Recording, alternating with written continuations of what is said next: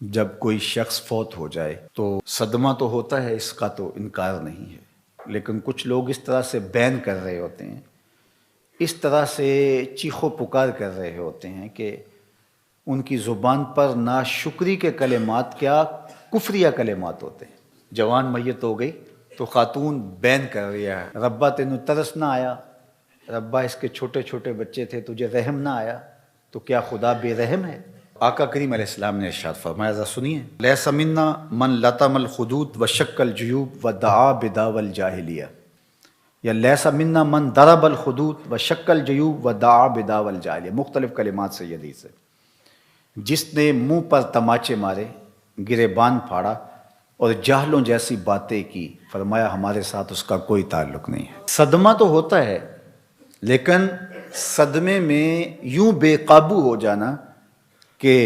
سینہ کو بھی کرنے لگ جاؤ، گریبان نوچو، بال نوچو، تو یہ کسی بھی سنجیدہ اور متین شخص کا طریق نہیں ہوتا، اور اسلام سنجیدگی کا درس دیتا ہے، متانت کا سبق پڑھاتا ہے اسلام۔ غم کے اظہار کے 4 طریقے ہیں، دل غم زدہ ہو،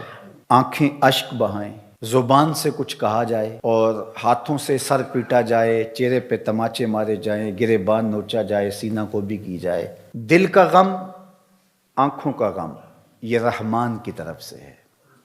زبان کا غم اور ہاتھوں کا غم یہ شیطان کی طرف سے ہے۔ تو دل غم زدہ ہو، آنکھیں اشک بہائیں، شریعت منع نہیں کرتی۔ حضور علیہ السلام کے فرزند حضرت ابراہیم کا جب انتقال ہوا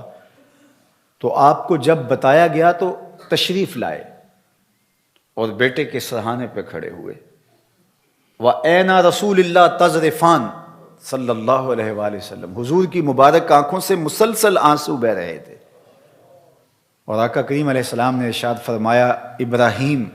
دل غم زدہ ہے، آنکھیں رو رہی ہیں، لیکن زبان سے وہی کہوں گا جس سے میرا رب راضی ہوگا۔ تو دل کا غم، آنکھوں کا غم یہ رحمان کی طرف سے ہے، زبان سے واویلا، شور و غل، اور ہاتھوں سے کام لینا اور تماچے مارنا، گریبان نوچنا، بال نوچنا، یہ شیطان کی طرف سے ہے۔ حضرت ابو موسیٰ رضی اللہ تعالی عنہ جب بیمار ہوئے تو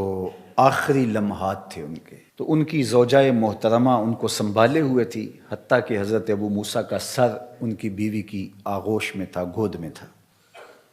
تو جب شوہر ہاتھوں سے نکلتا جا رہا تھا اور نبض کمزور پڑنے لگی، تو حضرت ابو موسیٰ کی بیوی نے چیخ ماری، تو حضرت ابو موسیٰ نے اس حالت میں ہی اپنی بیوی کی طرف غور سے دیکھا اور کہا، تو نے وہ سنا نہیں جو میرے حضور نے فرمایا تھا؟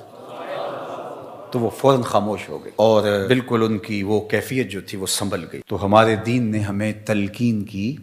کہ جب صدمہ آئے، جب تکلیف آئے، جب اذیت پہنچے تو متانت کے ساتھ اس وقت بھی رہا جائے۔ دل غم زدہ ہو،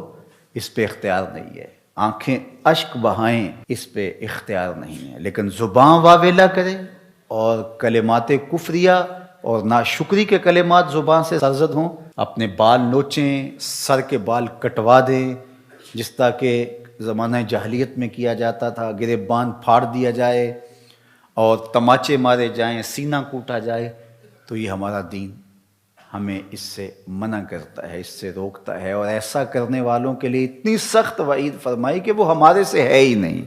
اس کا ہمارے سے تعلق ہی نہیں ہے۔ ظفر اسے آدمی نہ جانیے،